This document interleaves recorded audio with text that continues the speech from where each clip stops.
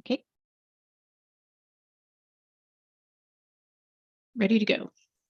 Okay, so we are now streaming live, and welcome everybody to this special council meeting with the Islands Trust Executive Committee for Monday, October 16th, 2023. So I will call this meeting to order and acknowledge with gratitude that we live and work on the traditional unceded territory of the Squamish Nation, whose people have been stewards of these lands and waters surrounding the Quellahem Bowen Island. And with that, I will move to introduce, actually, I won't move to an approval of the agenda because this is a bit of a unique meeting. What I'll do is I'll just go around the Zoom screen here, the Brady Bunch screen, and I'll introduce all of our councillors, and maybe then Chair Luckham, I'll hand it over to you and the Islands Trust Executive Committee to introduce yourselves and some of your staff that are here as well, just for anybody that might be paying attention and tuned in online. So for those that don't know, my name is Mayor Andrew Leonard. I am the Mayor of Bowen Island Municipality and the chair of this meeting. And going just through the order of my screen here, I know that that might be reflected differently either online or for the folks here. But to my right, I have Councillor and Islands Trustee Judy Getty. And we see Councillor Allison Morse. We have Councillor Tim Wake in the middle of my screen. Councillor and Islands Trustee Sue Ellen Fast, and Councillor John Saunders all the way down there at the bottom for me. Also joining us today are members of our professional staff, starting with our Chief Administrative Officer, Liam Edwards, who's in the middle here, our Corporate Officer, Sophie Idsigna, and our Manager of Planning, Daniel Martin. Right on. And Chair Luckham, I'll hand it over to you for an introduction and maybe some opening words, and then allow both your trustees and staff the opportunity to introduce themselves. Thank you very much, Mayor. Chair Peter Luckham, elected on Thetis Island in Penelakut and Layaxin Territory, and Chair of Council, and really glad to be here today with Bowen Island Municipality. I think we all agree we should make every effort to meet more often and regularly to talk about issues of common interest. Of course, we're here today specifically about bylaw approval process. So thank you for that. So I'm just going to go around the table here and ask each of the vice chairs on the executive committee to do a territorial acknowledgement if they wish, or anything else. Trustee Vice Chair Elliott. Good afternoon, everybody. I'm Toby Elliott, elected on Gabriela Island in Snuneymuxw First Nation territory. And Vice Chair Peterson. Good afternoon, Council. Tim Peterson from Hueyate, Lasqueti Island in the territory of Minicosh Salish peoples and the treaty territory of the Tla'amin Nation. And Vice Chair Maud, are you there? I am there, thanks to our technical people. Greetings from Main Island, the traditional home of the Wassanic people, and thank you for the invitation. Excellent. And before I move on to our staff contingent, I would also like to acknowledge Trustee and Councillor Judy Getty and Trustee and Councillor Sue Ellen Fast. So nice to have our Islands Trust team together here. And so on our staff contingent side, we have CEO Russ Hopson-Poer, and Islands Trust Director Legislative Services, David Marler. And unless I'm mistaken, I think that covers off our complement of staff. So back to you, Mayor Leonard.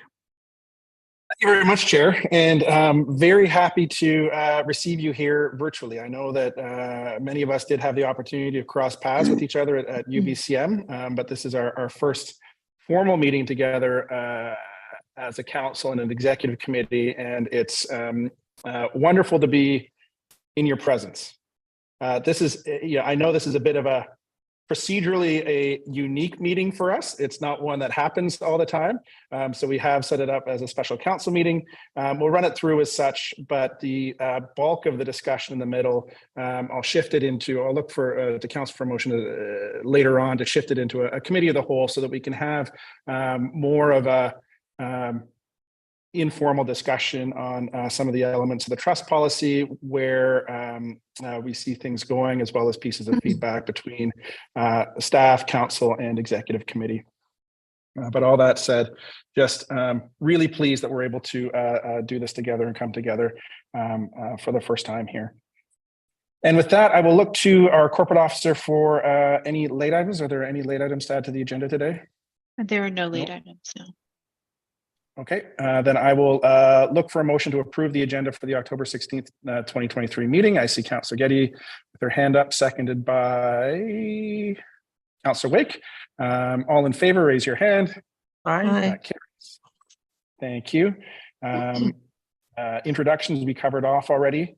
And section 3 here, background information. So this was included in the agenda package as information items. The main pieces here were really to highlight the proceedings that council has had already around this issue. This has been an issue that has, to put it mildly, generated robust discussion and participation in our community so far, and then also at the council level, as well as at the Metro Vancouver Parks Committee and Board level.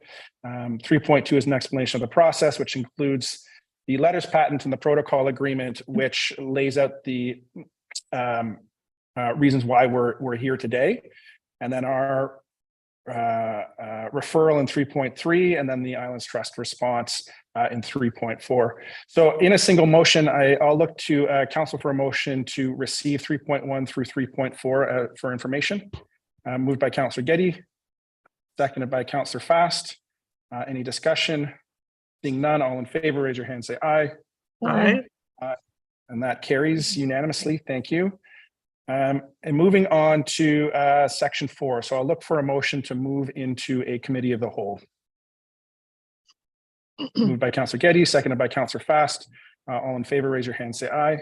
Aye. Aye. Okay, and that carries unanimously. Thank you. So we're now in committee of the whole. And these two items here, this discussion of rationale, what we'll do is I can provide sort of the view and the history of where we are from Bowen Island Municipality side.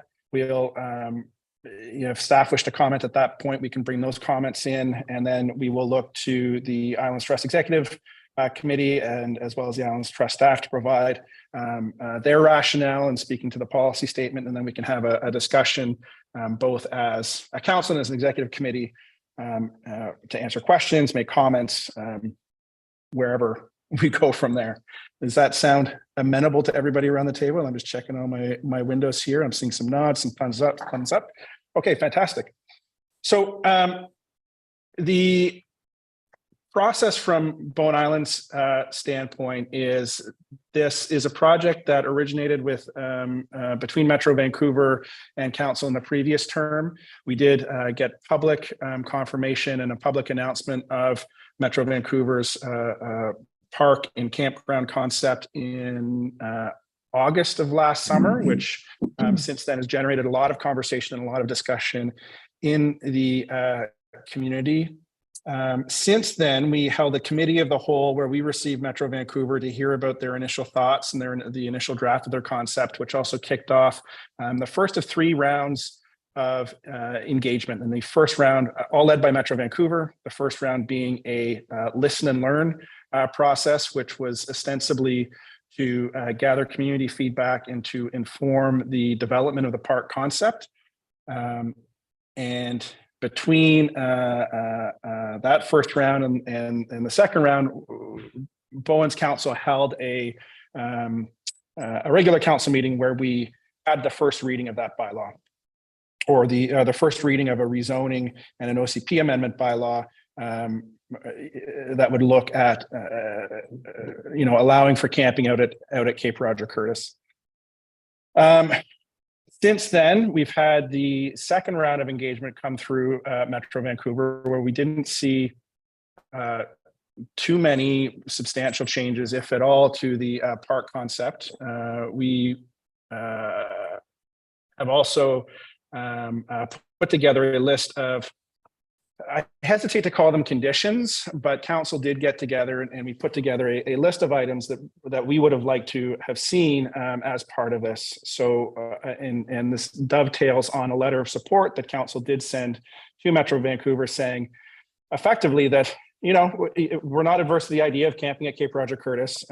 However, there are a number of impacts that this project will generate that need to be addressed. That letter of support, council named. No, it's open. You can watch it on the video if you want. So, thank you, Councillor Morse, for muting yourself. You know, and that letter of support was contingent on Mayor Leonard, point of order and process. I've just been advised. I thought this meeting was being live streamed on YouTube. And I've just been advised that it's not coming up. I'm just checking it here. So I see it on the on our YouTube channel. It's streaming. Okay, I guess we got internet problems at our. Okay, thank you. So the letter of support the council sent was contingent on Metro Vancouver working with us on issues such as transportation, congestion in the Cove, and a number of other impacts that the campsite would, or the campground and the park proposal would generate. Since then, we've had the second round of engagement with Metro Vancouver, as I mentioned, where the park concept hasn't changed all that much. We received the Islands Trust Executive Committee decision, as well as we've had meetings with Metro Vancouver's staff and senior politicians, where there didn't appear to be appetite either from the staff level or from the political leadership level to bring forward amendments to their concept. And that is where we find ourselves today. And I'll just look to our CAO or to our manager of planning to see if there's any additional pieces of information that they might like to speak on before we hear from the Islands Trust. Nothing from me, Mayor. Anything from you, Planner Martin? Nothing for me either. Thank you. Okay, thank you. So one of the pieces I'd like to highlight before we do turn things over is just in the process timeline is bylaws 608 and 609, which were the land use bylaw and the official community plan amendment bylaw, were referred to the trust before some of our conditions meetings and some of our other meetings and discussions that we had. And I believe where we might find substantial alignment is the notion that this is a project that is going to have impacts. And this is a project that is going to generate visitation to the island. It's going to have impacts on transportation, on our ferry, on the social character of the island. And much of the discussion that we've had so far and might inherently fit with a better or might inherently work into a better fit of the Islands Trust policy statement is around the mitigation of those impacts. And that's really what we would be pushing Metro Vancouver for, or we would encourage Metro Vancouver to bring forward amendments and changes to their application that would deal with those impacts. And whether or not that happens is really in the hands of the applicant at this point, or if council chooses to make another decision at the end of this meeting, might fit into there. So with that, I will turn it over to Chair Luckham and the Islands Trust Executive Committee and to speak to the pieces that you flagged and that you feel are salient and important in this discussion. Thank you very much, Mayor Leonard. Yeah, indeed, I'll just remark that this is somewhat of an unusual process for us as well in turning back a bylaw with some concerns, and so we've tried to be as thorough as we could be in this to provide areas where the concerns were raised.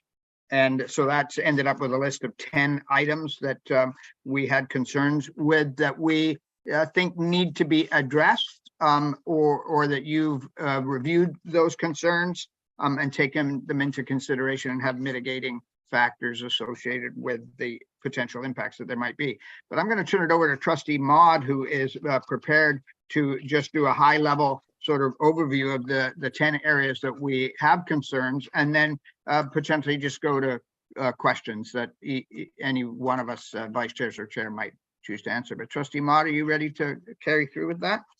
Thank you, Chair Lockham. Yes, unfortunately, I missed the pre-meeting meeting, so do interrupt if I'm going down the wrong hole. But I think that the overreaching sort of statement is that we had concerns with these 10 particular parts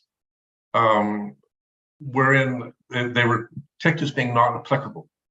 And I think that what we were flagging that we thought that these 10 items were actually in fact applicable to the trust policy statement. And so we kind of wanted to make sure that you understood that as we proceed with this, that we wanted to make sure these 10 particular items were addressed by the applicant. And I don't know if you want to take the time to walk through them one by one or just answer questions, because I believe that the original correspondence that came from the trust after our meeting, we did sort of very clearly outline what feedback we had heard, and which were sort of the reasons that we sort of said that those boxes should have been ticked as being applicable. So how would you like to proceed? To our CAO. Thank you, Mayor. So Trustee Maud, I'm just curious, the response letter from the trust was pretty specific about 10 sections of the policy statements that were of concern. Of those 10, only a few were identified as not applicable, and some were checked off as being addressed. So is it just the ones that, but yet the response still said that some of those items that were addressed insufficiently or not to your satisfaction? So right now, are you seeking just discussion on the specific ones that were ticked as not applicable? I Because I thought I heard you say that they were all identified as not applicable, but just wanted to be clear that that's not the case. Okay, I would have to go back to the minutes. I understood that the 10 that we sent were above and beyond your initial application, but I could stand corrected on that. And I staff could sort of correct me on this, but we're really not in a position at this point to sort of be offering suggestions. It's more just what we're doing is we're flagging that those boxes that were in fact checked not applicable, we feel are applicable. So when the application comes forward, our expectations would that those particular points be addressed within the application. Right, and for and I appreciate your point that we don't necessarily want to get into the details at this point in time, because it's not perhaps necessary at this point, but yeah, particularly because you're not the applicant. Yeah, and I do think though that we can simply go back to the applicant and ask for a response to those to that particular policy directive or policy statement, and how they would respond to that. But from our interpretation, it did feel as though those items were not relevant. Well, Okay, so hang on. So folks, I'm gonna encourage. I see hands up. So if you use the hands up function in Zoom, that'll give me the best way to know that you'd like to speak, and it'll also create a speaking order. I did see the chair with his hand up, so I'll look to him first for his comments, and then Councillor Morris and Mr. Hudson Pillar. Is that, did I pronounce that right? really Okay, close. Thanks. Okay. So thank you, Andrew, for the opportunity. So I just wanted to chime in to help David out there that indeed, CAO, you are correct. Some of the items were identified as compliant, as the bylaw complied. And there was some explanation for that. And I think that what we were looking for was more information and how it was that you got to that conclusion.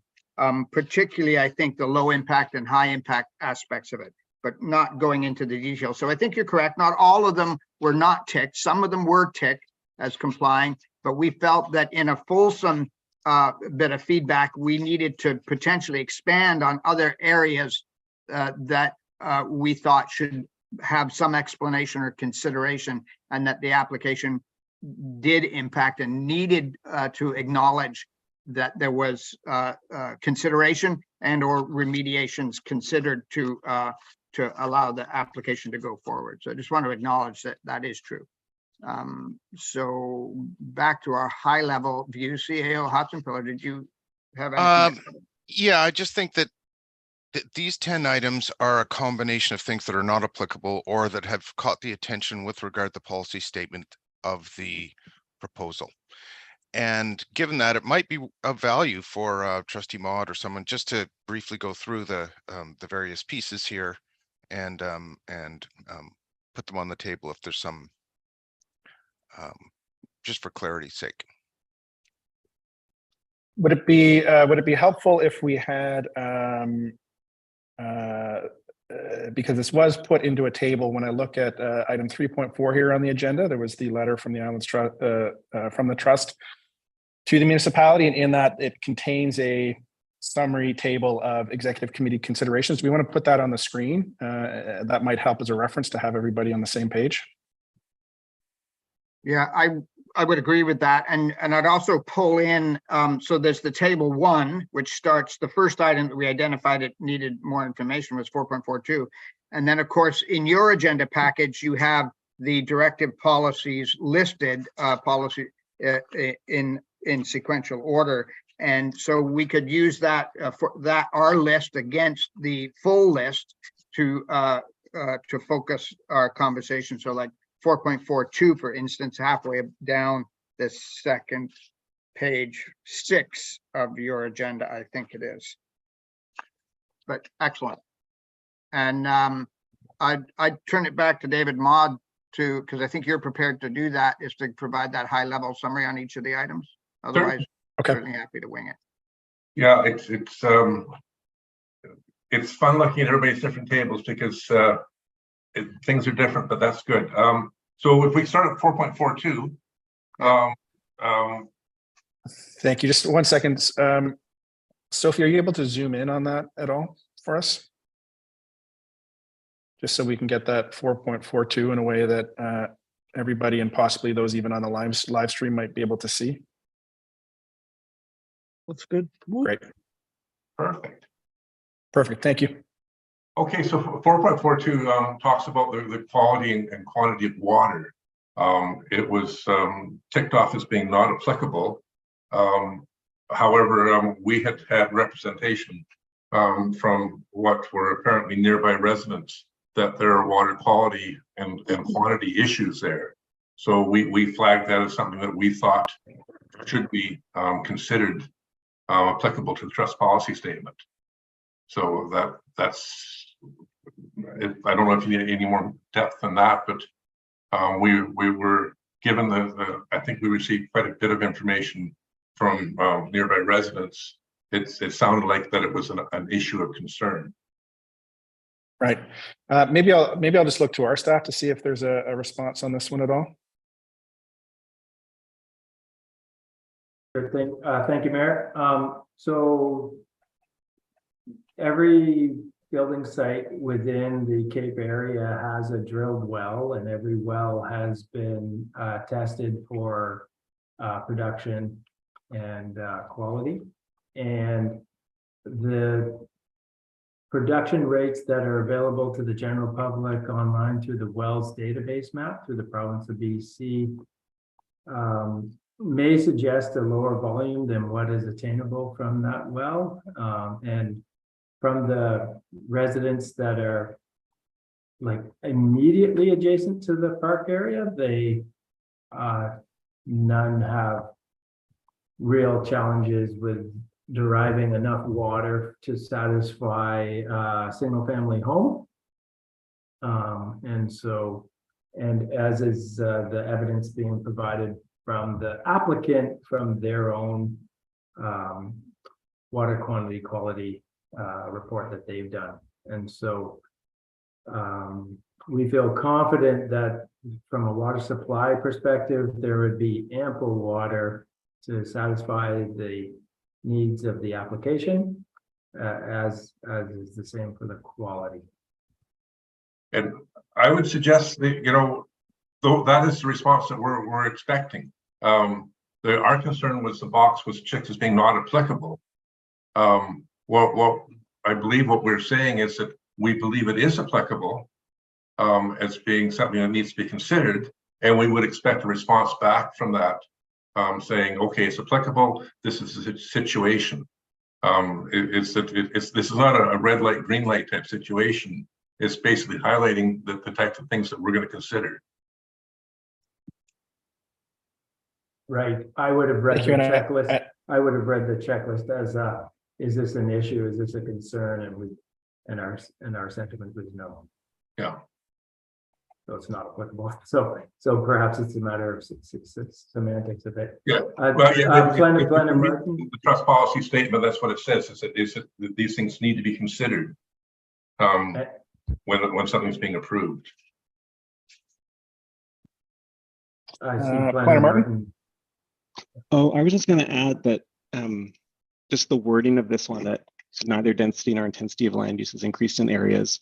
And so one of the things that the water study that has been done by the applicant shows is the water demand for a campground is lower than for the 24 existing single family lots. So at time of subdivision, they approved water for the 24 lots, and the water usage proposed for the regional park is lower. So in that point of view, not applicable in terms of the residential density or the intensity of water use is not being increased. And nor is it an area known to have a problem with quantity or quality. Sorry, what was the last comment from Liam? Oh, and nor is it an area to be known to have a problem with quality or quantity. And, I understood that some of the neighbors had to have water treatment because of all the blasting, that there was a lot of arsenic, and that was mentioned in the water quality report. I think Councillor Getty, large amounts of Bowen do have naturally occurring arsenic in the water and require treatment. It's not unusual on Bowen. Right. Okay, I see some hands up here. So actually, Councillor Morris has had her hand up for a long while. I just want to see if there was a comment or a question from you, Councillor Morris. Let me unmute myself. I was hoping we would go through them one by one, because to me, a lot of these comments, they're not relevant. The policy statement has been addressed, and but it sounds like we're getting into the process, and they asked for, is the bylaw consistent with the policy? Is the bylaw inconsistent and not applicable if the policy is not applicable? So to me, most of these things you would either, the bylaw is consistent with the policy or the policy is not applicable. And I guess it's questionable which answer you're supposed to give. And just an observation I would like to make on the process generally. When the Islands Trust Executive Committee considers a referral from a local trust committee, that chair of that local trust committee is present in the room and is able to answer questions. And I think had our planner been present in the room, some of these issues would not have been even raised. To say that these things are contrary to the policy statement, a lot of them I don't think it's applicable. But I think there's a fault going forward in the general process, because there was nobody in the room that was familiar with the application, had seen the sites, or knew the history. Thank you, Councillor Morris. Councillor Getty. Well, I think if we're going to get into process, then, and it's an internal thing for the municipality more than this general discussion with Islands Trust, but I think that there needs to be a more vigorous discussion about the checklist before it goes out, so that we do have some sort of a internal discussion in terms of how we want to answer either the check mark or the not applicable. And I'm not sure that I'm not sure that I want to leave that as the chair of the local trust committee equaling our chief of planning. So I think it should come from council, and I think we dropped the ball and let it slip through without having any kind of fulsome discussion. Thank you. And I see Island Trustee Staff Marler with his hand up, who's also on mute.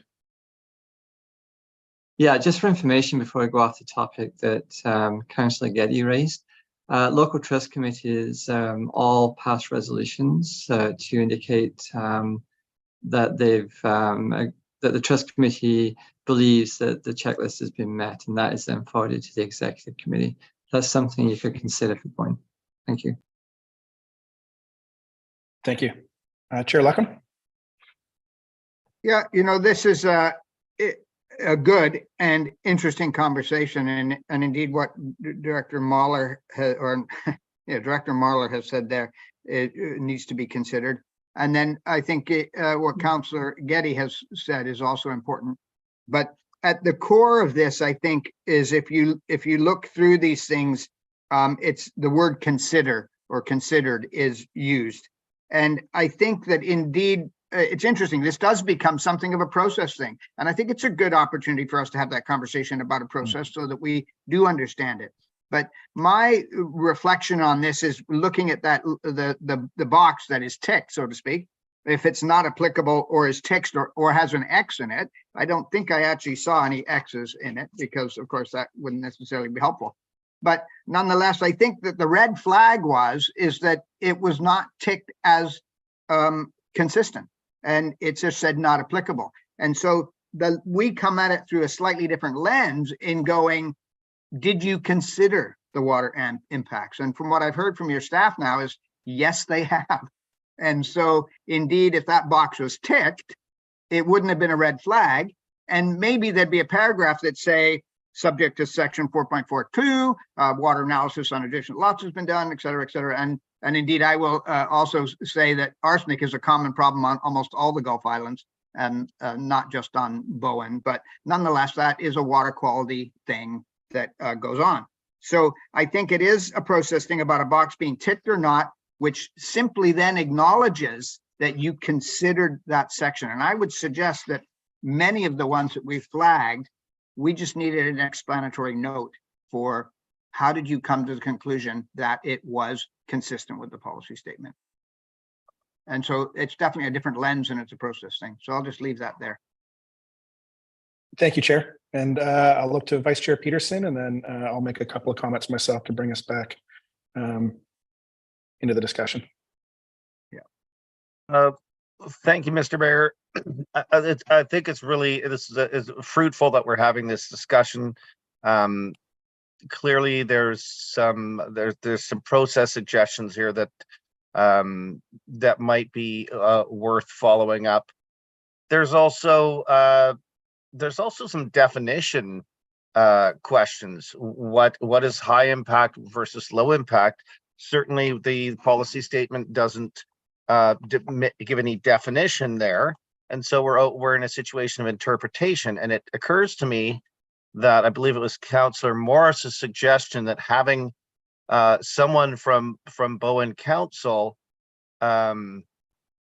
sort of help walk the executive committee through these considerations might have been helpful for us to understand. And indeed, as Chair Luckham said, that items were considered rather than marked as non-applicable. So I think there is some confusion that's generated just in terms of perhaps some of the language and also just the process. So I think that we're all learning something from this, and I think that's a very positive thing. Thank you, Vice Chair. And I would just insert a couple of comments here saying that I echo those themes. And there's a couple of pieces that I want to presence. One is that, again, this is unusual. So it's very rare that we have meetings like this. It's very rare that we have a project like this. It's very rare that a project like this will generate the feedback from so many perspectives and so many governance organizations that we find ourselves at the cross section of. So in this discussion, as we go through all of these policy statement pieces, I think a couple of things are going to come up that we've identified already. So I just want to put some names and pins on those so that we can just be conscious of them so that the discussion can move along. One is that it sounds like there are going to be process pieces that come up. So we've identified already, I think, as a council, that we need to be paying more attention to the policy state or the checklist and the policy statement, and perhaps even pass an explicit motion that, you know, council has reviewed this as well before we send it along. The second is, it sounds like as we go on, there's going to be some semantic pieces around, you know, whether it sounds like our staff saw things as not applicable, whereas it's, you know, it's because it's been reviewed and it's not an issue, versus what the executive committee was looking for in saying that, you know, we want a check mark to say that it's been considered. That's just I think that's a small process piece that I think we have some agreement on that might show up. And then the third thread that's going to come up, I believe, is going to be, as we go down the list here, are some actual substantive pieces where the application and the bylaw might be out of alignment, and that the applicant might need to do some work on. And to that end, it's not our job to do the work for the applicant, but those are the pieces, I think, where as the executive committee and as council, if we can just get some agreement and clarity as to, generally at a high level, you know, what does that mean? What does that mean to the executive committee? So that when we communicate with the applicant, that we've got, you know, some sense of where they should go. With that, I see our CAO's hand up, so I'll turn it over to you, Liam, before we move on. Oh, sorry, Mayor, I'm gonna lower it because you just said most of what I was. Okay, thank you. Oh, and I see Trustee Fast with her hand up, or Councillor Fast, Councillor Trustee Fast. Thank you, Chair. I just wanted to say a couple of things as a returning trustee. I did see this in the package when we, as BIM Council, looked at the bylaw and gave it first reading, but part of it is the patterns or the culture of how this has been treated by previous councils that I've been part of. It has, when somebody like me brings it up for discussion, it hasn't led to a lot of discussion. So it's great, I think, that we're talking about it today. This is like a real life case study in how can we work together and communicate properly and do what that flag that's behind Mayor Leonard's ear, you can see the Islands Trust flag back there, that we can do together. And I wonder if, looking at the front page of the, maybe this is just for Bowen Island municipality, but the directions only checklist, the little flag, the little bit on the front that has the tick, the X, and the not applicable, I wonder if we should add the word considered, because it's different than being consistent, inconsistent, not applicable, or considered.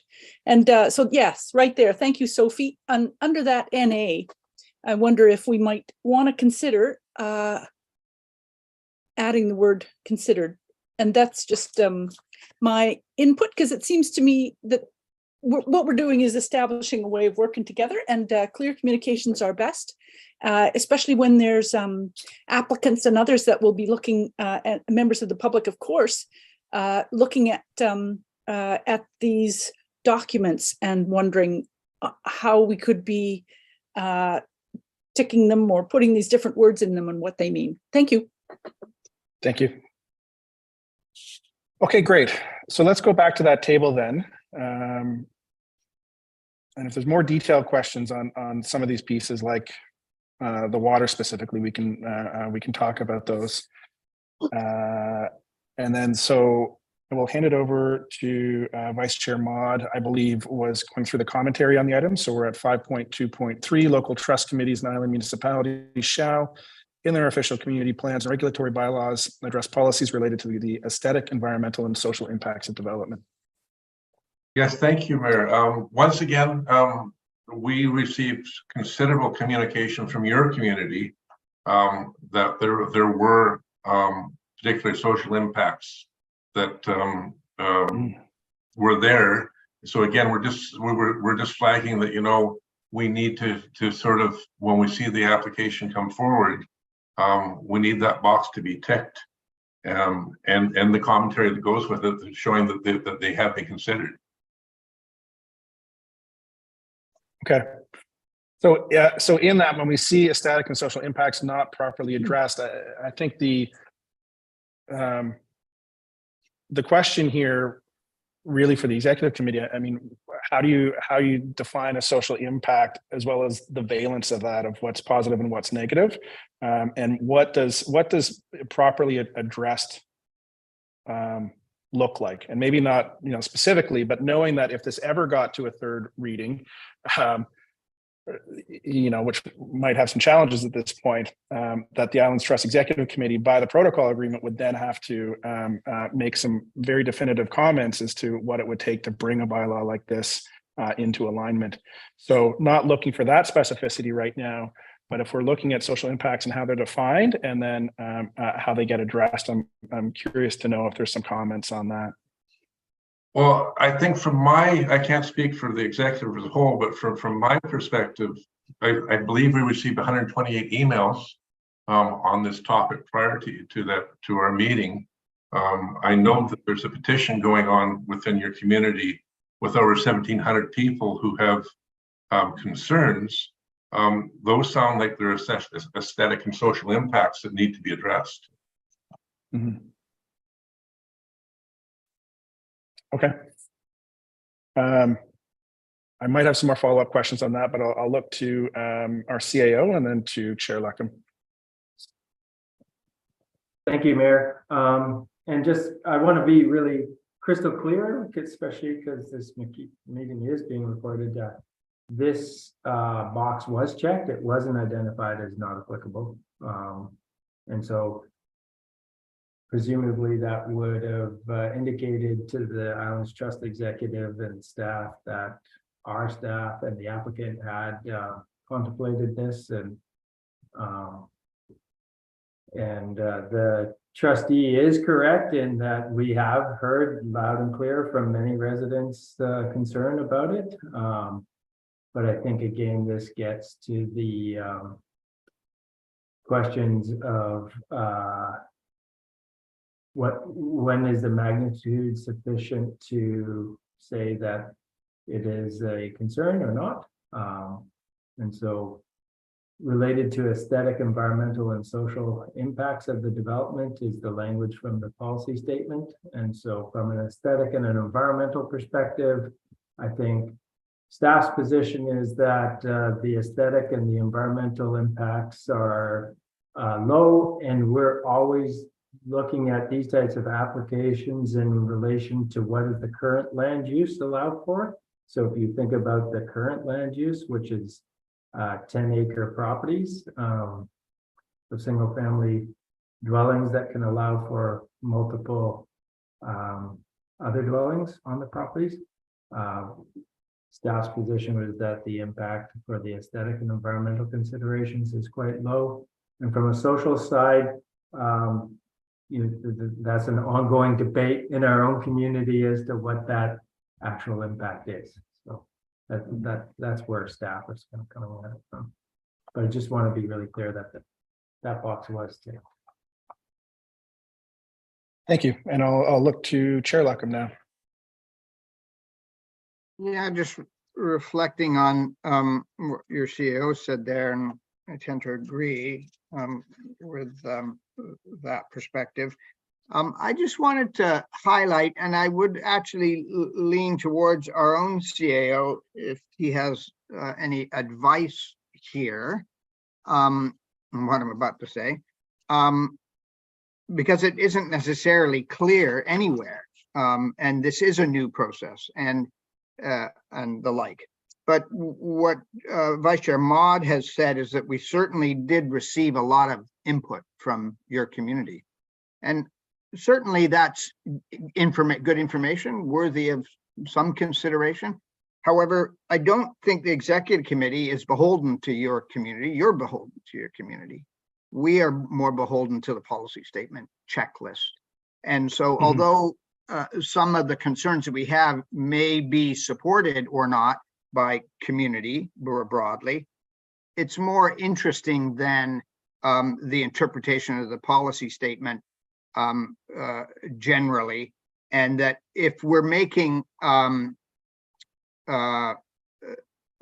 responding to you with respect to the adherence to the policy statement, we need to be clear and certain that the additional information or clarity that we're seeking is about how it complies with the policy statement. And if I go back a little tiny bit, it's certainly interesting, and I'm not sure who it was that said that, it might have been you, Mayor Leonard, that, or somebody else, that we need to be more explicit about our expectation or definition of a particular word or notion. However, at the same time, there's a necessity for us to understand what, as you've actually nicely articulated there, CEO Edwards, that this is our community value and our community perspective and consideration. And so we just simply need to understand that. Yeah, I think that's all. I just wanted to understand from our CAO about that sensitivity and that relationship to correspondence that we receive as executive committee from a community, when really this is an application from the council who represents the community, and we are responding to them and responding to the Islands Trust mandate as embraced by the policy statement. Yeah, I would agree with most of that. I mean, as we look at how this process unfolds, I think there's content and there's process. I think it's fair to say that, just broadly speaking, in the areas marked, the executive committee, based on the information it got from staff reporting, from Bowen staff, reporting from our staff, and community outreach, so at least, and maybe perhaps their own reading, has come to the following conclusions that are on the right side of that table. Some of them you would have been marked as any of the staff would say they're consistent, but EC would have thought, well, we need more information about that, because either there's not enough information for them to feel comfortable when you measure that against the intention of the policy statement. Because of course, when we look through these various policies, we're not actually looking at the full policy statement as we do it, which is itself, provides a lens of analysis. So yes, indeed, some of these things are maybe marked consistent. You would have EC would have a variety of inputs, probably not, and we've already heard, you wouldn't have the comprehensive suite of all reports available to you, but you're just indicating that in these areas, it would be you seek more clarity, or you point out that this area is not, to your mind, compliant with the policy statement at this point. So I don't know if that's helpful or not, but I don't think it's just a matter of whether something's consistent or not consistent. I think you're pointing out in these areas that you have concerns, and they may be alleviated or they may not. Yeah. Right. Okay.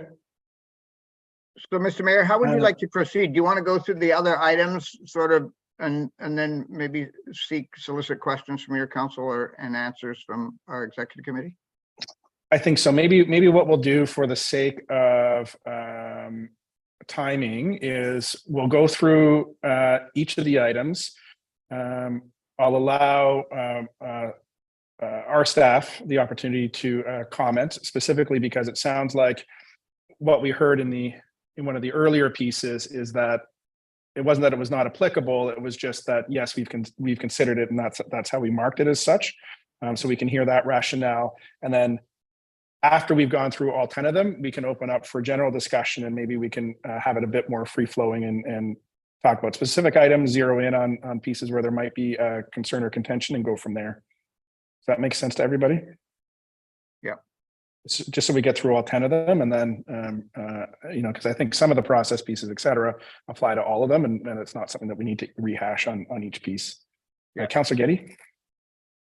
When I look at this section 5.2, it's growth and development. And when I look at this comment on 5.2.3, there's 3 parts to it. So the comment from the executive committee is aesthetic and social impacts, and more specifically social impact. So when Liam says that the aesthetic and the environmental have been considered and are checked off as the application complying, I think it's and we get into social impact and community character a couple of times in the comments, that I think that's the one that the applicant has to spend more time addressing, and that's what is being pointed out by executive committee, and both all of the reports from our different committees and a lot of those letters that the executive committee and the council has received. So it's one of those complex 3-element kinds of statements, and we can maybe clarify that in terms of what 5.2.3 is addressing. But I think the information for the applicant is fairly clear in terms of the issues around social impact. Thank you, Councillor Getty. Okay, so let's move on to item 5.2.4. This is one of those marked as not applicable by staff. So this is local trust committees and island municipalities shall, in their official community plans and regulatory bylaws, address any potential growth rate and strategies for growth management that ensure that land use is compatible with the preservation and protection of the environment, natural amenities, resources, and community character. So I will turn it over to Vice Chair Maud for any comment on this, and then we can have a staff response. Thank you very much, Mayor. I think there's going to be a common theme here, where, in my mind, when we spoke of this at EC, we were looking at this number of 460 campers. So we were looking at what would have happened on that property if it had been residential uses, versus the impact on Bowen Island on a Friday evening, with potentially 460 people getting off the ferry, going down the road and camping on a piece of property. And the thought was that, on all those sort of different issues, there's going to be an impact. And so there was concern that, it was applicable. And I think there's going to be quite a few policies that are going to have the exact same comment to it. It wasn't that it was the scope of this type of application where you're going from 0 to 460, 0 to 460. It appeared to me that was going to have impact across your community. So we thought that was applicable. Thank you. And I see our planner's hands raised, so I'll hand it over to you, Planner Martin. Thank you, Mayor Leonard. Just 5.24 and 5.25 both relate to growth rate and density limits, and 5.25 density limits in our OCP are defined by number of residential lots. And so this development would see a reduction in the number of residential lots. And so it was marked not applicable because it doesn't impact our density limit in our OCP or our growth rate of our residential population. Thank you. And this is an interesting definitional piece too, and I just want to presence this for the sake of the applicant or whoever's watching this down the road or needs to make some decisions on this, is that when we look at 5.2.4, that ensures that the land use is compatible with the preservation and protection of the environment, natural and amenities, resources, is that, here's where we can get into a nuanced conversation of do 24 10-acre lots that end up having homes built out on them, or accessory buildings, secondary buildings that have treaded vehicles cruising over them, and building materials brought from the mainland. What is the balance there of preservation and protection of the environment versus a park with or without camping, and in this case, with camping, which is, I think an interesting tension to tease out. And I'm curious if that's been, if that's come up on other islands when they look to, convert residential development or have parks or campgrounds. I know that there are parks and campgrounds on other islands. There's golf courses. There's all sorts of recreational facilities that, when they get converted from a residential use into a recreational use, what's the balance there? I see Chair Lockham with his hand up. That's a great eternal question, I think, and perhaps through our CIO, our Director of Legislative Services Manager, with some of our experience on definitions, and particularly the definition of density, because we struggle with that all the time about how does density impact, whether it's building lots, individual housing units, or the number of people that occupy a home. And I think in this case, it's actually the number of campsites and the number of people that occupy a campsite, and in fact, the turnover of those people. So if we're thinking about it, those are the kinds of things that we're thinking about, and would like to have more rationale for understanding how that seems compatible. But I think that and it's interesting because, of course, your definition of density and your bylaws may be different than our definition of density. And if Director Mahler feels there's some more information to add to that, other than the ongoing interpretation that we have associated with the word density in our build-out process. Thank you, Chair. Planner Martin. I was just going to say 5.2.5 is pretty clear that it's the density as defined in Bowen's official community plan. Yes. Okay. So let's move on to the next one. So 5.2 or 5.5.4, I believe it is, if we can scroll down. So trust committees and municipalities shall, in their official community plans and regulatory bylaws, address the location and type of recreational facilities so as not to degrade environmentally sensitive areas, and the designation of locations for marinas, boat launches, docks, et cetera, so as not to degrade sensitive marine or coastal areas. Vice Chair Maude. Yeah, same thing again. We're going from status quo to the potential, at least on the camping component, of 460 individuals, never mind the day user.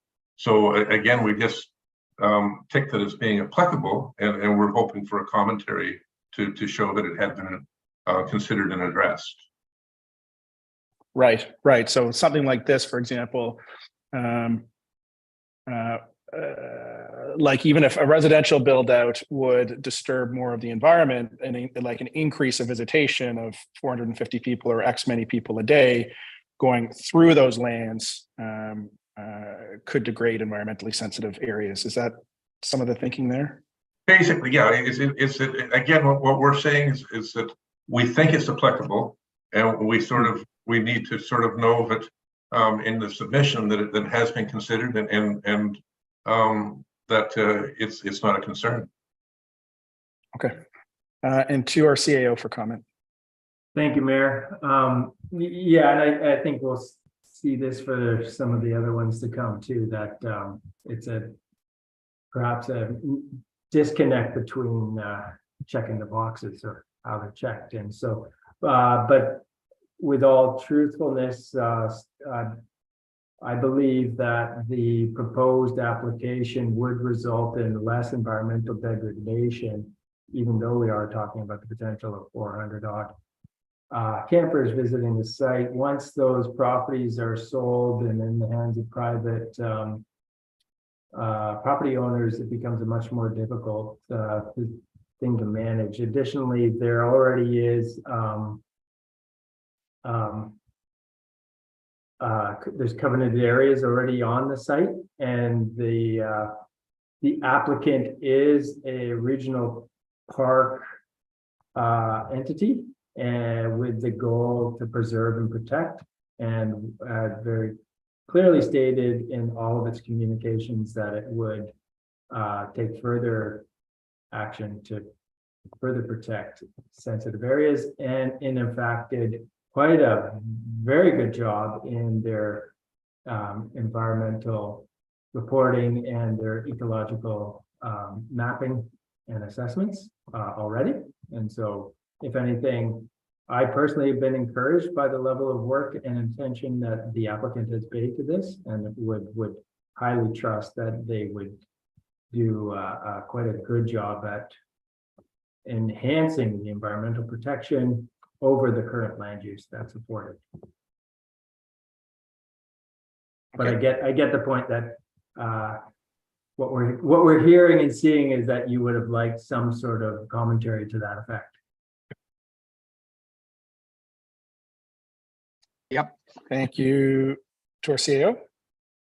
Moving on to 5.5.6, trust committees and municipalities shall, in their official community plans and regulatory bylaws, address the identification and designations of areas for low impact recreational activities and discourage facilities and opportunities for high impact recreational activities.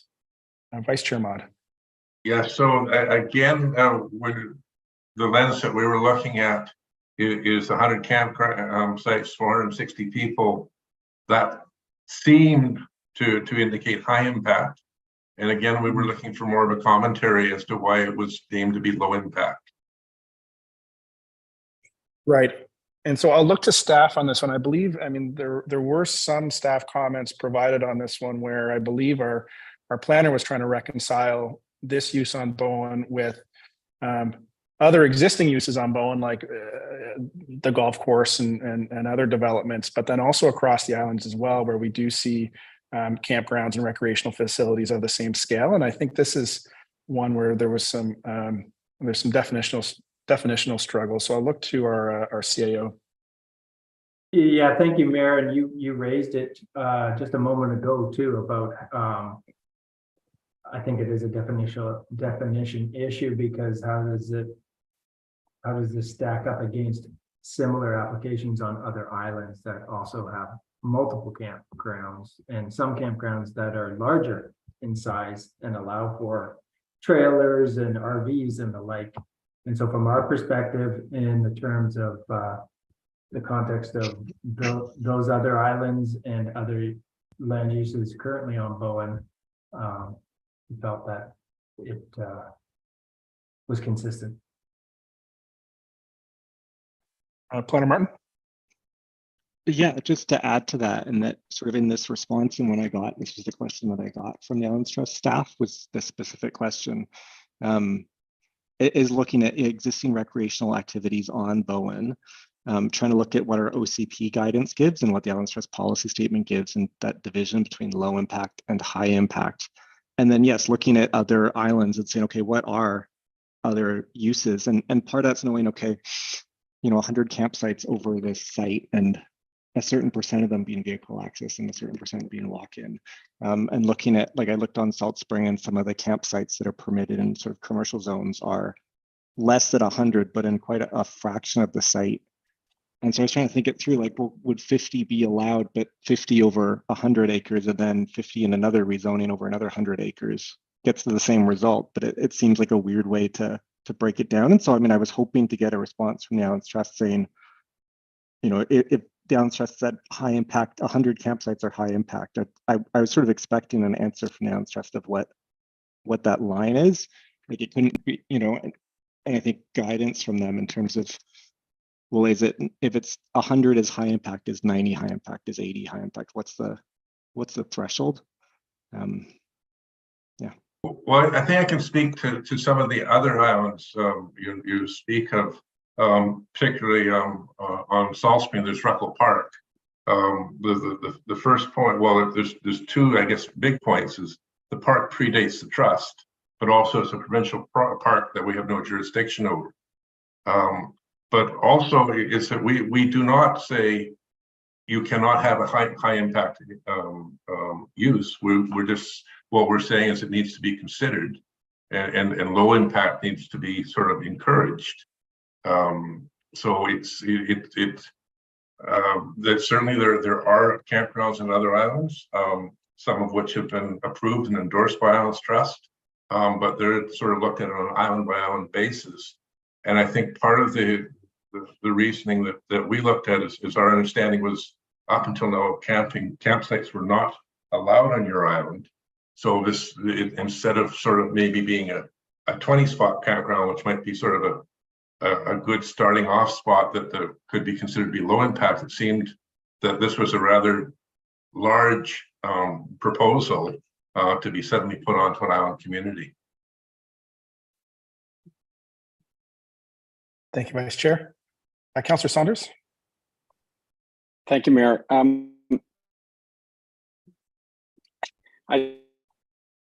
It just crossed my mind that what we're really talking about, or at least the backdrop to what I'm reading, obviously, but I'm reading these two, 5.56, 5.57.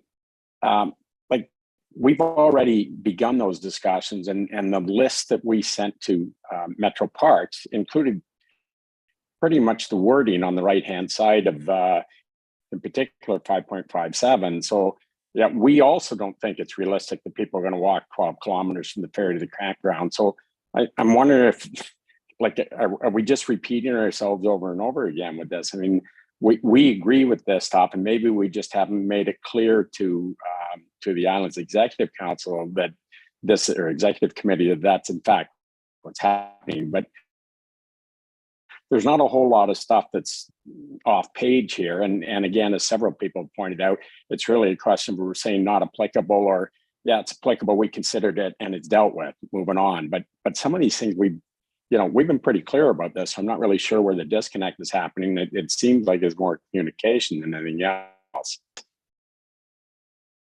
Right, that's a fair point. Thank you, Councillor Saunders. To our CEO. Yeah, thank you, Mayor. And I agree, Councillor Saunders, with what you're saying there. But for clarity, Salt Spring does have other campgrounds, multiple campgrounds, not just Ruckle Park.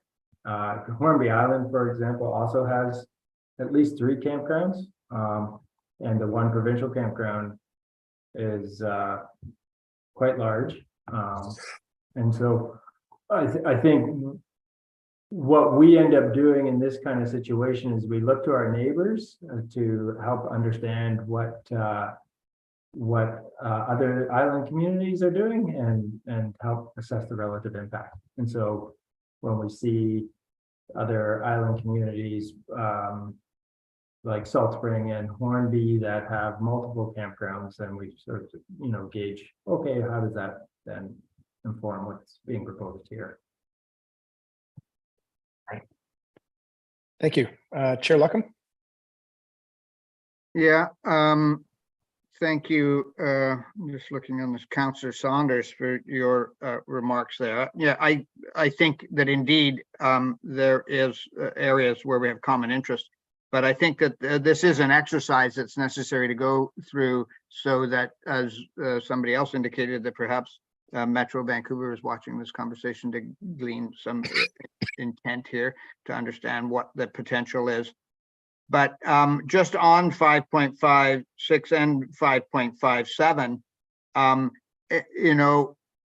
and trying to compare it to other campsites or golf courses, I think we all understand that every application has to be assessed under its own merit.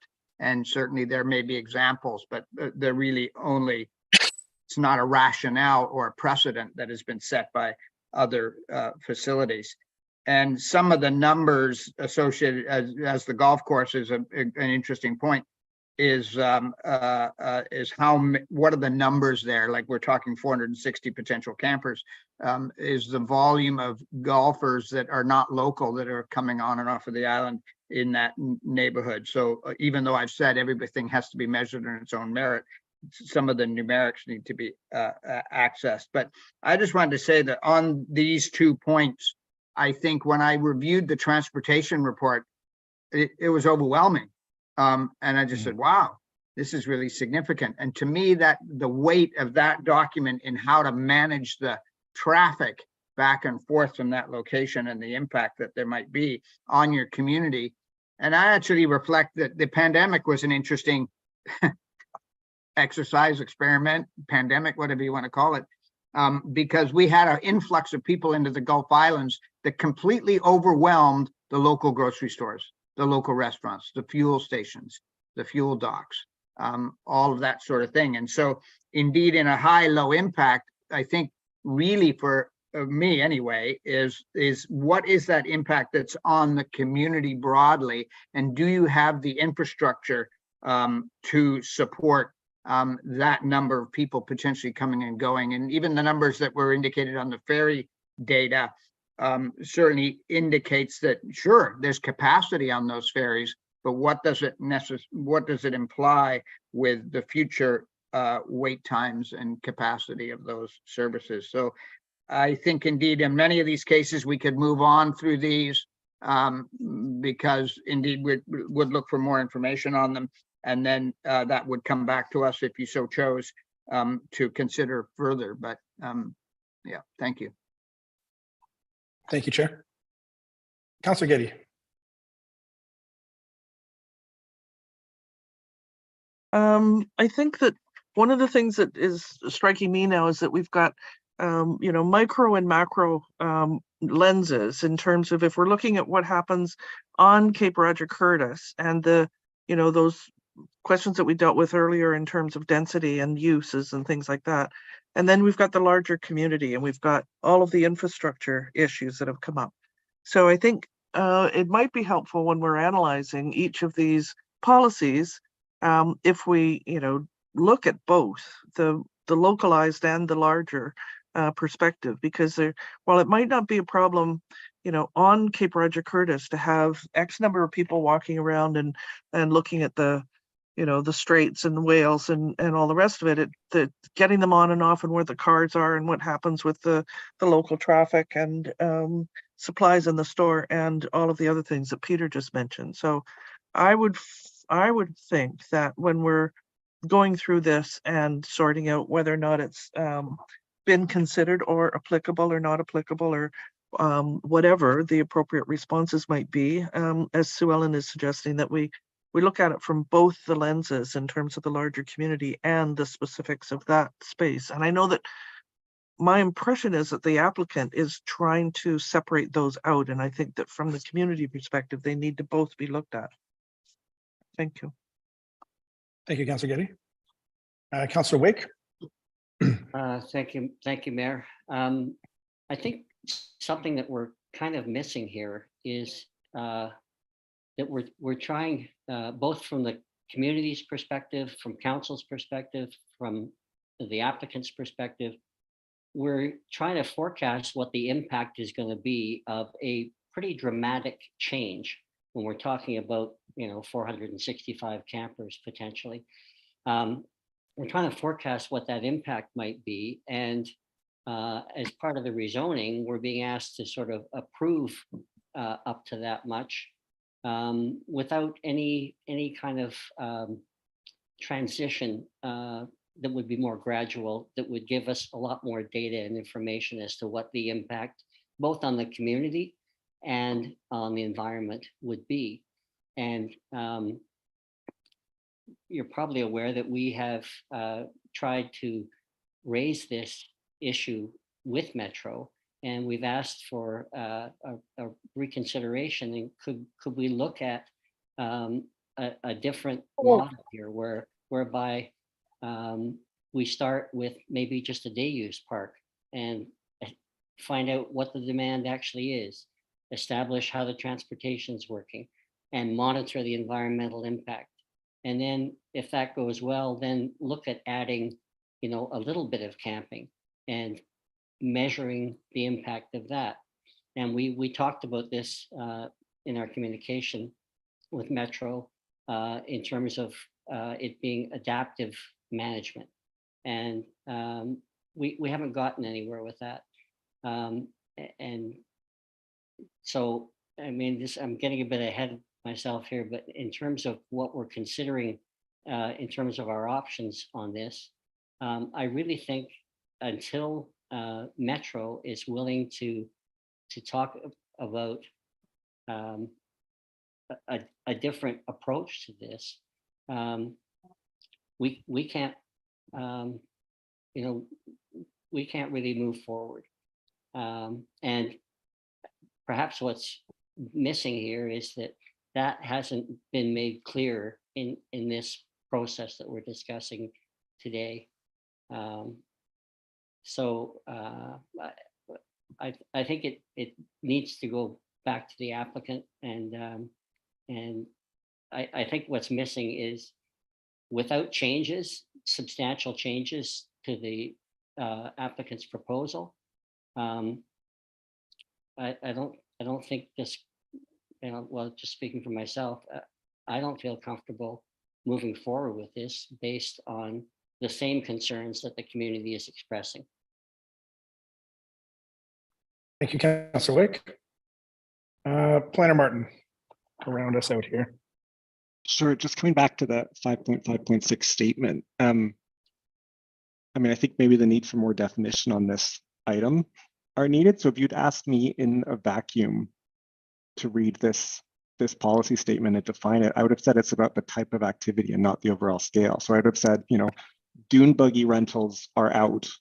Doesn't matter if it's two, you know, it's like the motorized high impact recreational activity is what we're trying to prohibit. Whereas boardwalks or, you know, nature viewing business or something are what we're trying to encourage. But it sounds like what I'm hearing from the executive committee is that no, you're worried about the overall scale of a recreational activity, and that's what's defining low or high impact rather than the type of activity.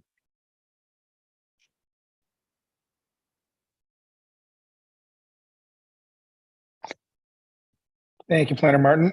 And there's some interesting notes in the conversation here, I think. So if I was just to sum up, part of the challenge that it sounds like staff had was reconciling some of the, what is it? It's like the actual metrics of impact across the islands and you know, what a campground looks like in another place and try to do some comparison. The pieces that I hear from our councillors as well as some of the trustees are really around, I forget the line that Chair Luckham used, but I'll use a more complicated one, you know, that nothing is so unequal as the equal treatment of unequals. In that, you know, there are commonalities across all the islands, but we all also consider ourselves, you know, our especially unique snowflakes and interests and impacts as well. And part of what I'm hearing is that, and I would agree with this wholeheartedly and say that this is, you know, a message that both staff and council have taken to Metro Vancouver as the applicant, is that it's not necessarily what's happening within the borders of this proposed development, but it's the impact on the island as a whole, holistically and ecologically, and that, you know, the issues of the you know, of the ferry, of our congestion in Snug Cove, of how folks are going to get across the island, are unique to this project and are unique to Bowen Island, and those impacts need to be considered. I would also concur with the reading of the transportation study, just to get into 5.5.7 here, that some of the assumptions in terms of modal split, like 20% of visitors of the park are going to walk to a campground, or another 35% are going to take public transit that doesn't even exist yet to this campground, aren't quite there. And in that, just to segue, actually, I'll clear the speaking list here, and then we'll talk about 5.5.7. But I would like to advance us in the conversation, just looking at the time here. So I'll look to Vice Chair Peterson and then Councillor Fast. Thank you, Mr. Mayor. Just to Planner Martin's point there, you know, the type versus the volume of activity, I would say that it's really dependent, because in some cases it might be, the type might be, you know, rule out a use as being viable. But I think it's a sort of an and or both.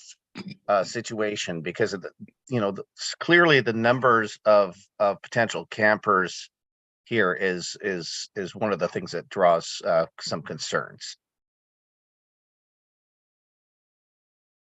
Thank you, Vice Chair. Councillor Fast. Thank you, Chair. I'm just, or I should say Mayor Leonard, I guess there's too many chairs. I wanted to actually take us to 5.5.7. And the reason is I just wanted to flag that the trust policy statement and these particular, which is bigger, right? It's a whole little binder with all kinds of general policies as well as these directive ones, is pre-climate change policies. So one of the things we're doing as Bowen Island Municipal Council, some of us are talking about where is the carbon stewardship in all this? Where won't that actually increase emissions, bringing more vehicles to the island, for example? And so I just wanted to flag that the for people listening, I think probably people here know, but the trust policy statement is also in a place where it's ripe for the update that's happening now. Climate is one of the issues that I know the Islands Trust Council has made a declaration of a climate change emergency, and it has a some kind of action plan, as do we on Bowen Island. So this is the kind of climate initiative that we'll be bringing up as Bowen Island Council. There doesn't seem to be anything that I've seen yet in the applicant's application about to help us with our climate goals. And yet 5.5.7 is one way that we can work together towards a more climate friendly future where and more active transportation and more affordable and all these other co-benefits of cycling and multi-use paths. In fact, reading the text of 5.5.7, our multi-use path is specifically designed to permit, facilitate equestrian use, so which most multi-use pathways aren't. So we have been looking to the directive policies through time and through our adopted plans, like our transportation plan and the applications we make for funding and all these things. But I'm looking forward to the time when the trust policy statement itself is updated, so it's clearer to everybody, and so that possible gaps like Metro 2050's, the regional growth strategies climate goals are also included in an application from an organization like another part of our local government ecosystem, Metro Vancouver Regional District. And so I just wanted to flag there that we could look on the other side too. What's the gap analysis here? What other directive policies should be here? And that's partly what I'm trying to do as a Bowen Island municipal councillor. And I'll keep it brief here and just say I'm really glad we referred this to the Islands Trust early, rather than a couple of weeks before the public hearing, as is required in the letters of protocol, whatever it's called, protocol agreement. Thank you. Valuable conversation. Thank you, Councillor Fast. Chair Luckham. Yeah, Mayor Leonard, I want to try and, believe it or not, help you along on your agenda, because indeed some of the conversation is streamed into something maybe that would be happening in your meeting as we come out of the committee as whole, because that's going to be your decision-making opportunity. And some of the things that are both Sue Ellen Fast was touched on, and I would even suggest that items at 5.62 and 5.63 are poorly defined in our current policy statement, and that we are looking at this plan through a 2022 view, of which the lenses are 1996. And so I don't know that we necessarily need to dwell a lot more on this particular area, nor even the 5.6.2 and 5.6.3, except to say that if you're considering coastal settlements and patterns, and my own interpretation, I find the word remains a little offensive because I think that considers archaeological sites, but that's in our policy statement and it's old. And then of course the 5.72 is how it changes the character of the community. So I'll leave it to you to advance this to indeed move into your decision making as with the time that you have available to you.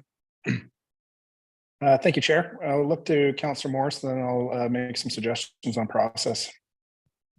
I'm getting the feeling that people are suggesting we shouldn't be talking about 5.6.2.3 and 5.7.2. However, looking at those, I'm not sure that the Islands Trust is aware that we do have a section in our policy statement that does talk, or our OCP, that does talk about the protection of heritage. And with 5.6.2 and 5.6.3, when the subdivision was done for the Cape Roger Curtis lands, if I understand correctly, a whole archaeological assessment was done and archaeological areas of interest were identified and then protected with covenants and so forth. So this has all been addressed and satisfactorily when the subdivision was done. And then the comment about no evidence of support from the Squamish Nation, we have sent it to them for comment, and we're waiting back for that. And there's nothing in the policy statement that says one must receive support from the particular nation. So I'm not sure about that comment. And then under 5.7.2, it very clearly says address economic opportunities that are compatible with the conservation of resources and protection of community character. This particular park is not an economic opportunity. So I don't think that section is even applicable. Thank you, Councillor Morris. I'll go to Councillor Getty and then Vice Chair Elliott. Thanks. The comment about the archaeological studies, there was one space that was identified as having some archaeological remains, and the footnote in that study said that there may have been others. There certainly were several others in the islands adjacent to Cape Roger Curtis, and they didn't have the resources to fully investigate, and that they recommended that there be more investigation. So I'm not sure that it's all been neatly tied off and settled. So, and we haven't heard back from anybody in the Squamish Nation. So I don't think that we've actually, the applicant or ourselves have done enough work in this area. Thank you, Councillor. Vice Chair Elliott. Thank you for the opportunity. Yes, this is probably one of the weakest points where we couldn't really, and this is one that I brought forward as a concern, because our policy statement needs to be badly amended and updated. There isn't anything directive saying that there must be demonstrated support from the First Nations. Of course, our council is working through that, and it is our intention to update the policy statement this term. So this is I'll admit, a bit of a hazard to see what work has been done. And of course, we fully expect that the proponent would have done that engagement. I think this may just have fallen, the referral to us, if I understand it correctly, came before the official referral went out to the other agencies. So it's possible there just wasn't a response yet because of where this falls in the process. I see Planner Martin with his hand up here. Oh, just that all the referrals were done by council after first reading and then after our committee of the whole, so they were done early July. So we would have sent the referral to the Islands Trust the same time as the referral to the Squamish First Nations. And yeah, so I did start these two in terms of we would conduct simultaneous referrals. And so I wouldn't expect to have a response from the First Nations referral when the initial referral goes to Islands Trust. And that's why we obviously do the second one to you after third reading, which is when you would be looking for a response to be included. Yeah, I think we were just wanting to see that this was going to be addressed. So it definitely is clear from your intent and the work that's been done so far that this would be. So thank you for that. And you would have had the referral in the council motion that was made that referred to the Islands Trust was referred to the Squamish First Nations in that same referral.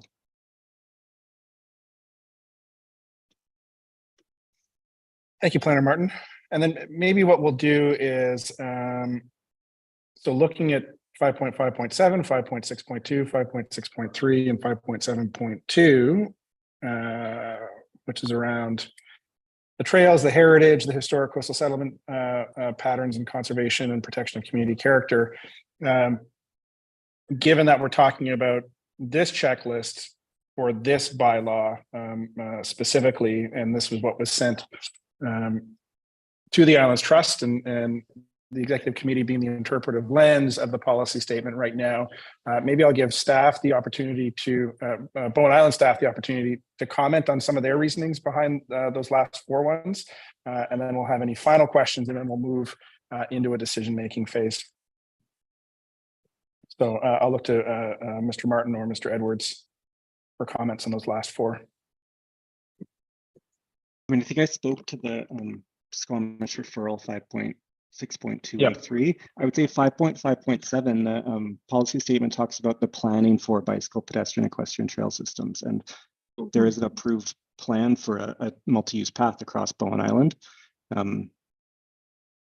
And, at the time of the referral was made, the applicant's reports talked about cost sharing improvements to the multi-use path. And you'll have seen the June committee, the whole that was held again was looking for cost sharing for the multi-use path across Bowen Island.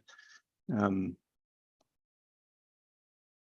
then 5.7.2, I would just probably echo Councillor Morrison saying it's about, the policy talks about economic opportunities as opposed to a regional park creation by a regional district.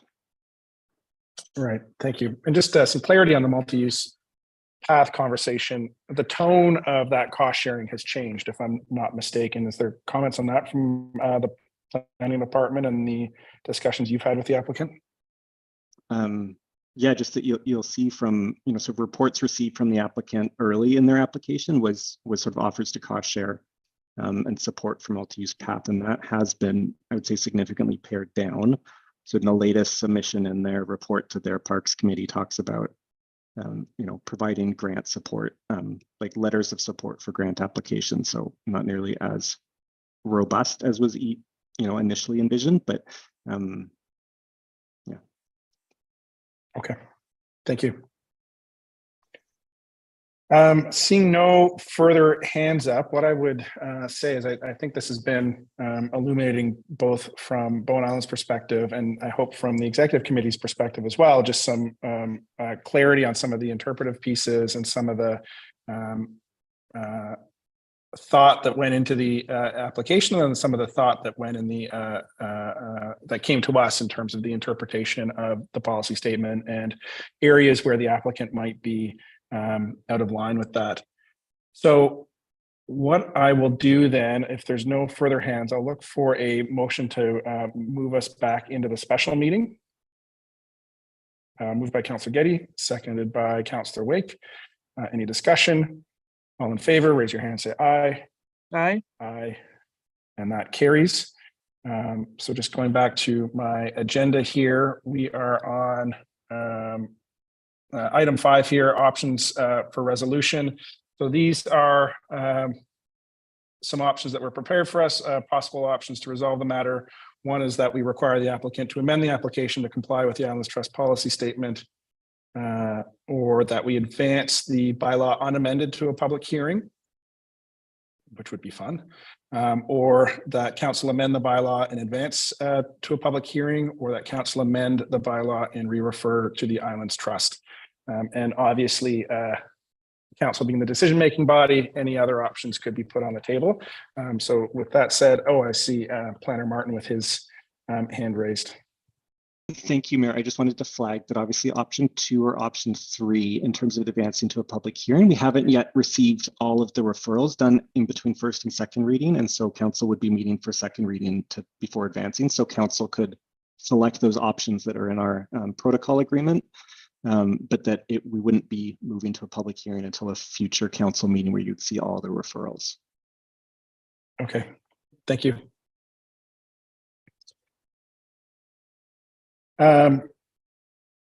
Any discussion on this? Or would you like some comments from the chair? Yep, go ahead, to our CAO. Sorry, thanks, Mayor.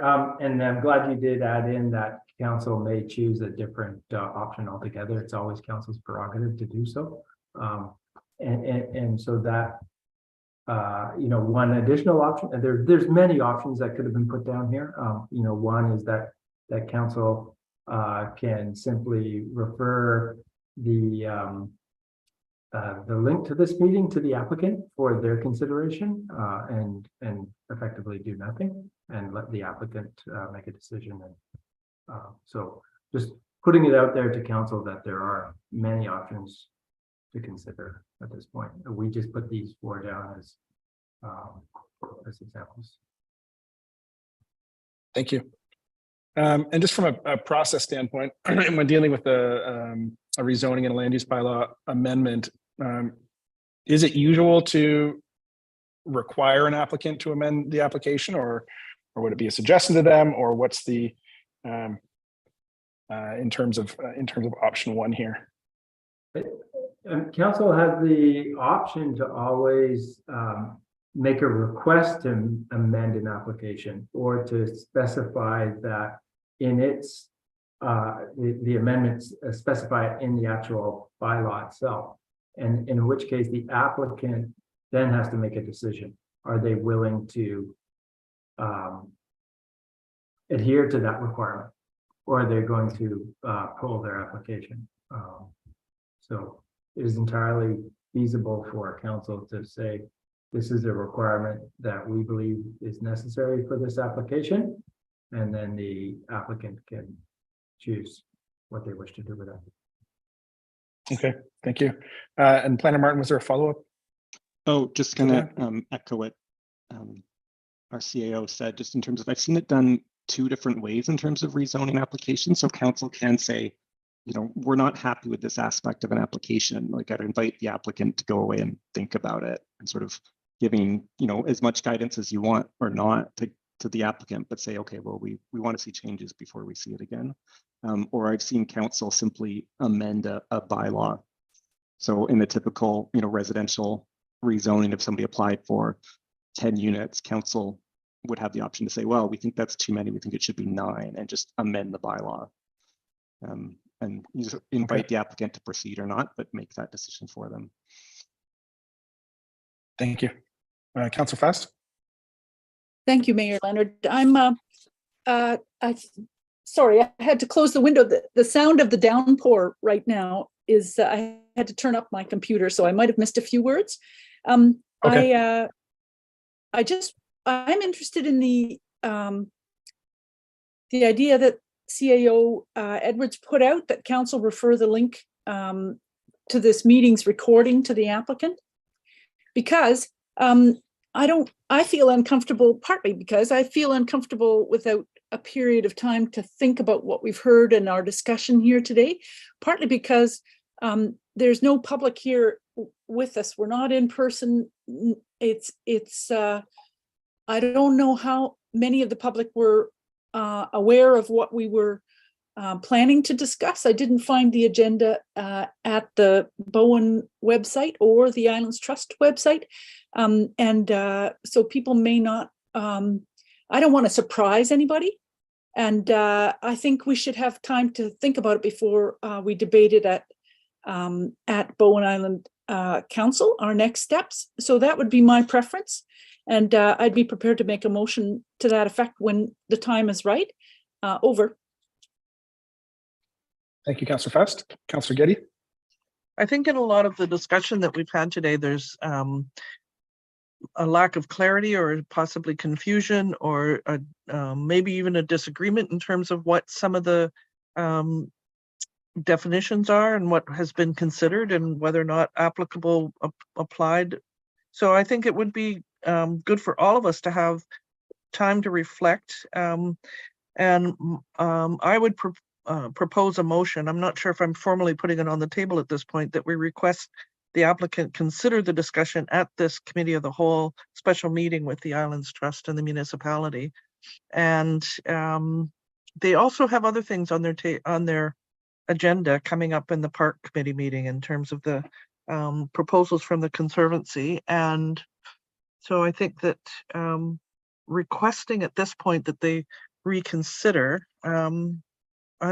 that's pretty vague, and we don't have any specifics, I don't think, that we could resolve today in terms of what we want them to look at. There's a number of them, and I'm not sure that we all agree. So I recommend what Liam has suggested and Sue Ellen.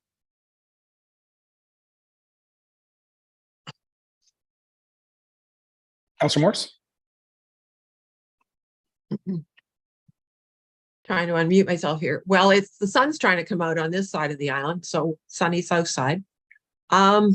We've got I'm sort of thinking we should have an option 5, which is along the lines of referring the applicant to the video and the link, the recording, and asking them to provide us with their thoughts after looking at that. I mean, they've got a meeting on the 18th, and there are other proposals related to the park going with that. So I don't want to make any definitive recommendations other than referring them and asking them to consider what was discussed today and get back to us with their thoughts.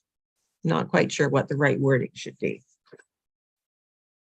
Thank you, Councillor Morse. A few comments from this seat is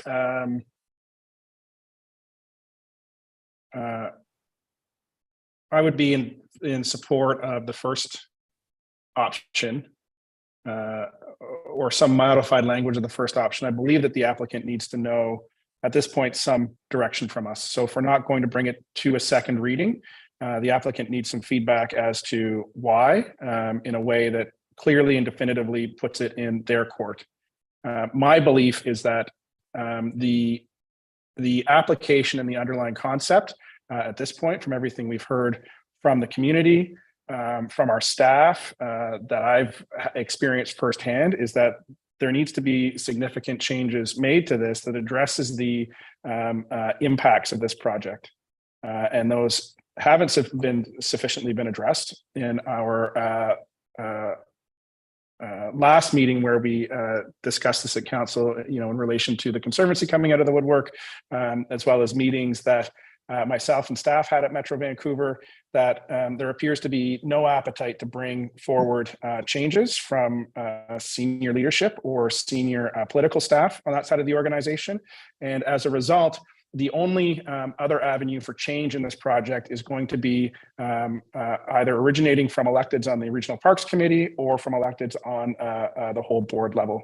And as a result, there needs to be something clear. I believe, this is just a belief from this chair, that there needs to be something clear sent to Metro Vancouver that says, given the discussions that we've had so far, as well as given, even though we understand that some of these compliance issues with the policy statement are fuzzy, and that it is only at a first reading and that things would change, it would come back before the Islands Trust before adoption, that there's changes that need to be made and need to be addressed, and those should be brought forward by the applicant.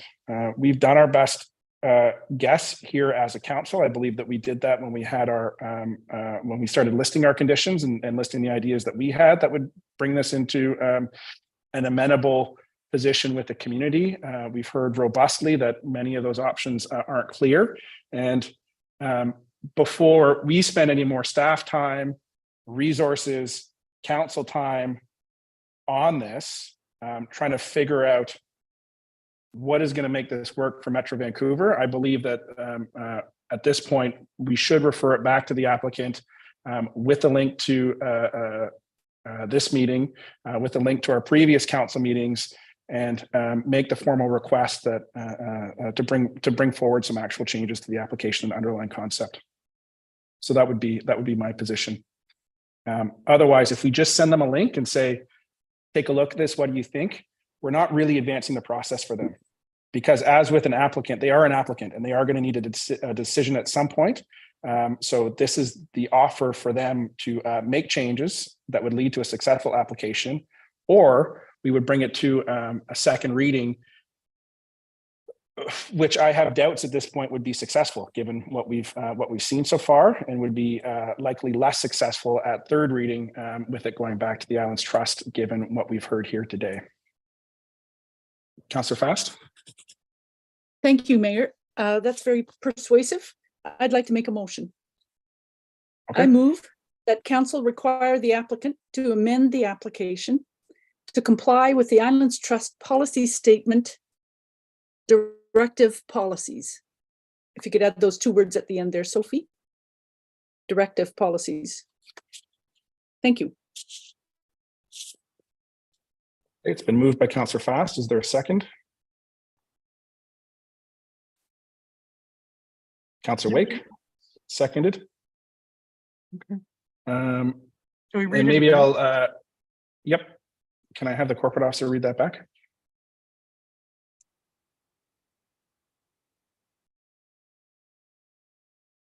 You are on mute. No. Or I cannot hear you. Can you hear me now? Yeah. Yes. Okay. That's weird. The council required the applicant Metro Vancouver to amend the application to comply with the Islands Trust policy statement directive policies. Okay. Would you like to speak to this motion at all, Councillor Fast, just in relation to that added language? That is just regarding all of the other policies, the general policies that are in the Islands Trust policy statement. There's a lot of them. And in your point about focusing them towards the specifics, that's why I added that. The directive policies are the ones that we've been talking about today, and they're the ones that are in our usual checklist. Whereas the policy statement has ones that are very general in terms of rural and in terms of recommendations and all kinds of things. I think it might confuse the issue, so I thought this would be clearer. Thank you. Okay, thank you. Councillor Wake. I'm just wondering about an amendment to the motion to add the language around asking Metro Vancouver to review the recording of this meeting and our previous meetings, as you suggested. So I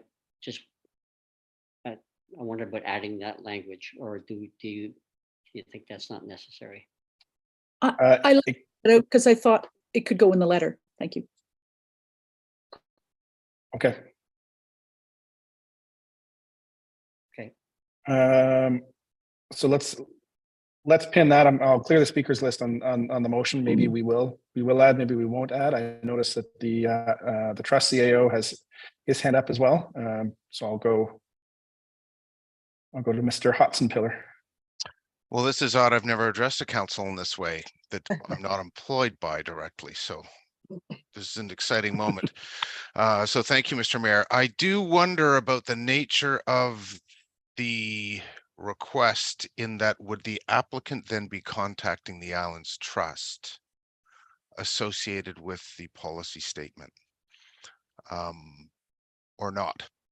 And would they be engaging directly with executive committee if they were adhering directly to the policy statement, when it's really coming through council that they are applying to Bowen Council? Bowen Council has the obligation to work within the policy statement framework. How to nuance that? I'm just because this is new territory. Thank you. And I'll look to our CAO for a response. Thank you, Mayor.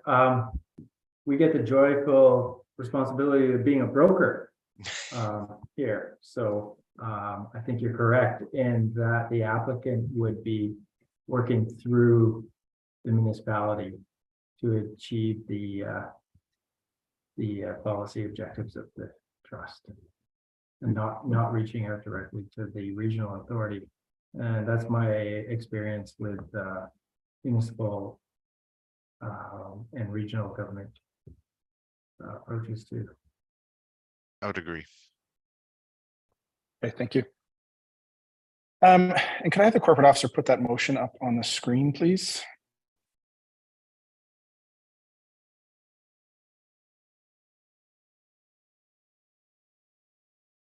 And in the interim, Councillor Morse has her hand up. I will go over to you. Sorry, I thought I had my hand up earlier. I'm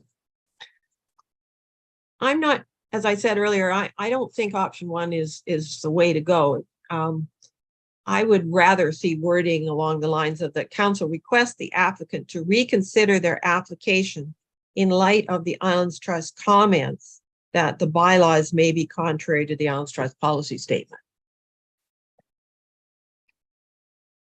I appreciate that language as well. My my own hesitancy is around the word require. Because I wonder about this from a process standpoint, and maybe staff can weigh in a little bit, is that ultimately the applicant has put in an application and they're going to need a decision. At this point, it's the next major stage gate here is a second reading, and whether we'd like the applicant or request the applicant make any changes before second reading. If they choose not to make any changes, and if they say, you know, we're confident and we're fine, and this, maybe I'd look to Daniel or Liam here. Does that still come to council for second reading, or is it just off the table, or what? What happens from here? So I think that council can require that changes be made. Okay. And that and that if the applicant chooses not to make those changes, then our staff would report back to council to say that no changes have been made, and then council would make a further decision about what their next step would be. And I mean, ultimately, because it's council's prerogative as to whether or not to advance the project in a way that council deems best, whether it does comply or not with the policy statement, because there is always the ability to advance a project that may be considered contrary to the policy statement. There are mechanisms within the protocol agreement to pursue that, if that were the case. I'm not hearing any tone in that way, shape, or form here at all. But I think that in this current situation, it seems pretty clear that council can require the applicant to make changes, and if the applicant chooses not to make changes, then staff would report that back to council, at which time council can make a decision about what it would do next. Okay, and I see Planner Martin piggyback to response, and then over to Councillor Morse. Sure, just to add to what the CAO said, like I think if council moved the motion to require changes and the applicant said that they weren't willing or didn't think changes were needed, staff would be reporting that back to council along with our other referrals. So it wouldn't be that we would just leave the application in limbo until changes were made.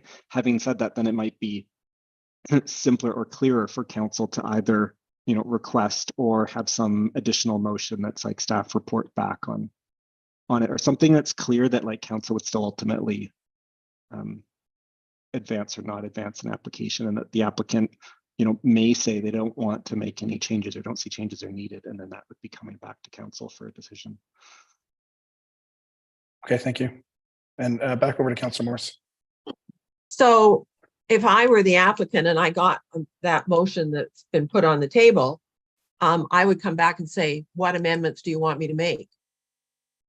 And so to me, you know, requesting the applicant to reconsider their application in light of the comments and adding at the end prior to council considering second reading is a little more into a back and forth and a debate and a discussion, which has been the normal process we've usually done with rezonings. Okay, thank you. And to our CEO.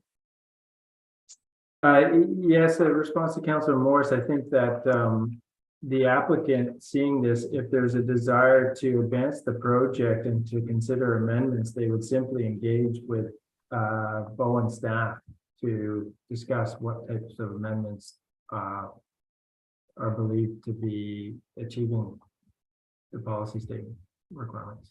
And then there'd be that back and forth. And it might necessitate some discussion between Bowen staff and trust staff to try to make sure that we're achieving the executive committee's concerns.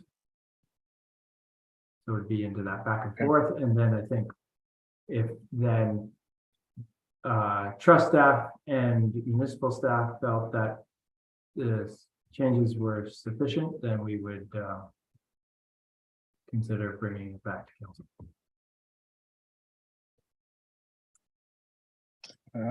Councillor Getty. Today's discussion was getting into understanding in depth the concerns of the trust executive committee and the directive policies. And we also had at the last committee of the whole meeting a list of requests and recommendations, demands from all the other reports that we had from our committees and our thoughts on it in terms of and I've lost track in terms of where Metro, if they've replied to our last committee of the whole. But I think that my position would be that this, as it stands, and if they're not prepared to make any amendments, that I wouldn't be supporting this going to second reading. I mean, unless they just want to kill it. It's not going to fly with the community, and it doesn't satisfy me that they've worked through a lot of the problems. It was their whole business in terms of collaborative discussions, and you know, I think that we're at the point where if they need to be told that they have to make changes before it's seriously going to be considered to move forward, then we have to find a way of wording that. So if it's require the applicant to amend to comply with our previous committee of the whole recommendations and the committee of the whole discussion today, then that might be an amendment. Right, and so to be clear, so those discussions have been had. So we brought forward that with senior staff and senior political leadership on September 6th, and then a week later, Planner Martin and the CAO did go to Metro Vancouver and spoke to some of those pieces on the staff level. At the council meeting that got reported back to, there is the table of council's conditions and asks with the planners summary of discussions there.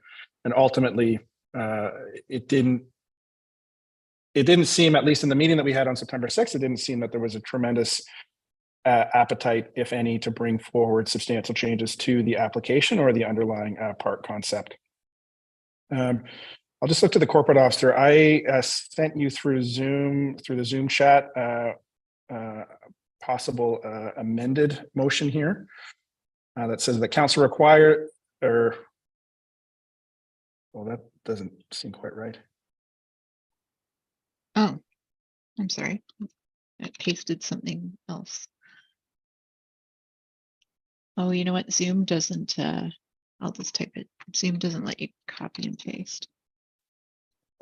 So I'll just read it as the corporate officer types it out, that council directs staff to request the applicant, Metro Vancouver, amend their application to comply with the Islands Trust policy statement, directive policies prior to a second reading, and to report back to council. Can we add consideration of second reading in there? There's a difference between second reading and considering second reading, in my mind. Okay, prior to a consideration of second reading. Yeah. And to report back to council. To a consideration. Or no, you're right. You're right. Just consideration. I don't mean to backseat type here.